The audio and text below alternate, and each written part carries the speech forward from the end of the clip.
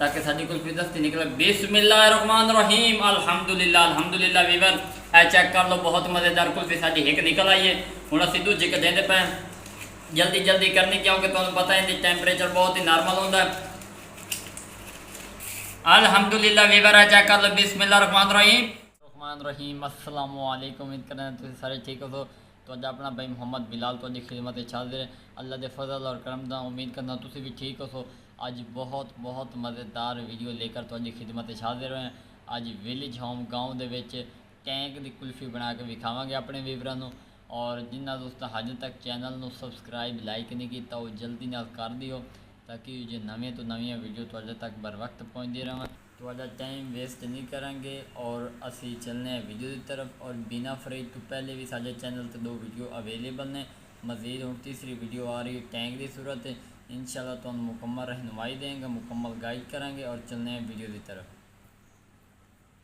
ये Weaver check कर लो, ice यानी कि बर्फ़। उस तो बाद नोज़ला एक कप विच पानी का पिया। उस तो बाद टैंक है साढ़े कोलों। उस तो बाद 2 किस्म का काला नमक और दूसरा चिट्टा नमक जो घर यूज़ होता वो इस्तेमाल करेंगे। और उस तो बाद चीनी हैगी, इनकी रोड़ियाँ असी कर लिया, असी ये यूज़ करेंगे। और इन जग है साढ़े को जिंदे असी ये तैयार करांगे। तो हुण असी तैयार करना है। बिस्मिल्लाहिर्रहमानिर्रहीम। टैंक जोड़ा असी इस दे विच पावांगे। बिस्मिल्लाहिर्रहमानिर्रहीम, क्योंकि असी तैयार करना है 3 नोज़लों का माल इन तैयार करना है। ये टैंक असी इन पा दिता है। ये चेक कर लो। हुण असीं इहदे विच थोड़ा जिहा पानी पावांगे। बिस्मिल्लाहिर्रहमानिर्रहीम। ये चेक कर लो, पानी असीं इहदे विच पा दिता। तो हुण 1 चम्मच इहदे विच चीनी जाएगी। ये चेक कर लो, इन हुण असीं अच्छी तरह विच मैल्ट कर लैने, क्योंकि वीवर इहदे विच मिठा पहले तो ज़्यादा अवेलेबल है। मज़ीद असीं इहदे विच आधा चम्मच होर ऐड करांगे और बहुत ही टेस्टी और यम्मी तैयार होएगा। तो इन्हां दी कुल्फियाँ एक बार ट्राई ज़रूर करो। चेक कर लो, नाल नाल हलाई रखना, नाल थोड़ा जिहा पानी पाई रखना। अगर तुम इन्हू नहीं हिलाओगे तो इहदे विच गुठलियाँ बन जाएगियाँ। उस तो बाद असीं इहदे विच थोड़ी जी बर्फ़ भी पा देना। ये चेक कर लो, मज़ीद इहदे विच गाढ़ा हो जाएगा और एक अच्छा जी इहदे विच फ्लेवर आ जाएगा। अल्हम्दुलिल्लाह वीवर चेक कर लो, मिक्सचर साडा जिहड़ा वो तैयार हो चुका। बहुत ही फलसफा और मज़ेदार इहदा फ्लेवर असीं तैयार किया। तुसीं भी इस तरह तैयार करें घर दे विच, बिल्कुल सिंपल और आसान तरीका, कोई मुश्किल नहीं है। तो हुण असीं पानी जिहड़ा पैंदे पे नोज़लों दे विच। स्क्रीन वाला टैंक जिहड़ी कुल्फियाँ बच्चे खांदे ने उन्हां बेहतर घरें तैयार करो। बिस्मिल्लाहिर्रहमानिर्रहीम। चेक कर लो, इस तरह तुसीं अद्धी अद्धियां तैयार करनियां, ज़्यादा मिकदार नहीं भरना। बिस्मिल्लाहिर्रहमानिर्रहीम, क्योंकि फिर दस्ती जम जाएगी। अगर तुम ज़्यादा पाओगे तो फिर इनका मॉइस्चर बेहतरीन तैयार नहीं होएगा।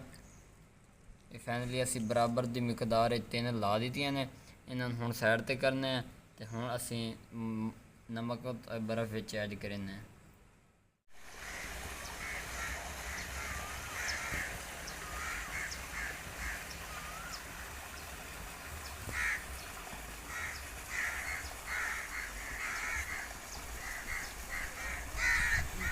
वीवर जग लै लिया, हुण असीं बर्फ़ पेंदे पे। बिस्मिल्लाहिर्रहमानिर्रहीम। बर्फ़ विच एक नाल बर्फ़ दूजे नाल मिक्स नमक इस तरह पावना। ये चेक कर लो, तुसीं मिक्स कर लेना ताकि आसानी नाल इहदे विच अब्जॉर्ब हो जाए। बिस्मिल्लाहिर्रहमानिर्रहीम। चेक कर लो, ये नमक असीं पा दिता। हुण फिर उतों बर्फ़ पेंदे पे। बिस्मिल्लाहिर्रहमानिर्रहीम।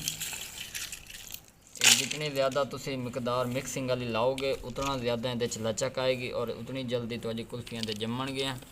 ये चेक कर लो, असीं इस तरह तलू दबावना। ये वेख लो, हुण असीं इहदे उत्ते फिर बर्फ़ पेंदे पे। अल्हम्दुलिल्लाह। चेक कर लो वीवर, असीं तलू कुल्फियाँ जड़ियां ने थल्ले रख दित्तियां ने बर्फ़ दी तह दे विच, ताकि दस्ती जैक मार जाती है। हुण असीं उत्तों होर नमक पैने पे।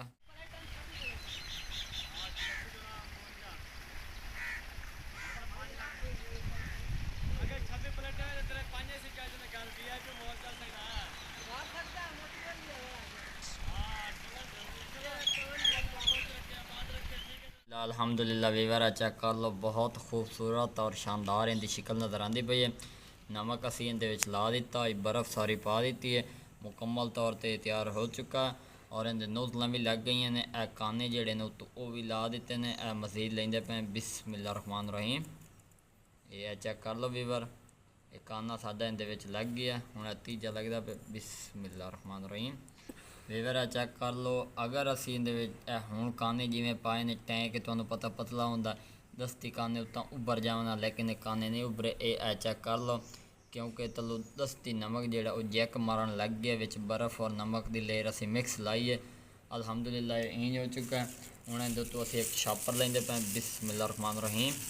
ए चेक कर लो वीवर, छापर लाजमी ज़रूरी है, ये तुसी एहतियात लाजमी करनी है क्योंकि टिप्स एंड ट्रिक्स जड़ियां ना इन्होंने लाजमी फॉलो किया करो ताकि तुहानू मज़ीद आसानी मिले और मुकम्मल रहनुमाई मिले, क्योंकि इहदे ऑक्सीजन जोड़ा वो बाहर निकलेगा ने और खूबसूरत रहेगा। हूँ असी इहदे उत्ते ढकना देंदे पे बिस्मिल्लाह रहमान रहीम। ये चेक कर लो स्टार, ए वेख लो ये फाइनल तौर पर इहदे उत्ते ढक्कन भी लग गया। हूँ मुकम्मल 2 तो 4 घंटे छोड़ांगे, उस तो बाद असी तुहानू इहदी मज़ीद शक्ल विखावांगे।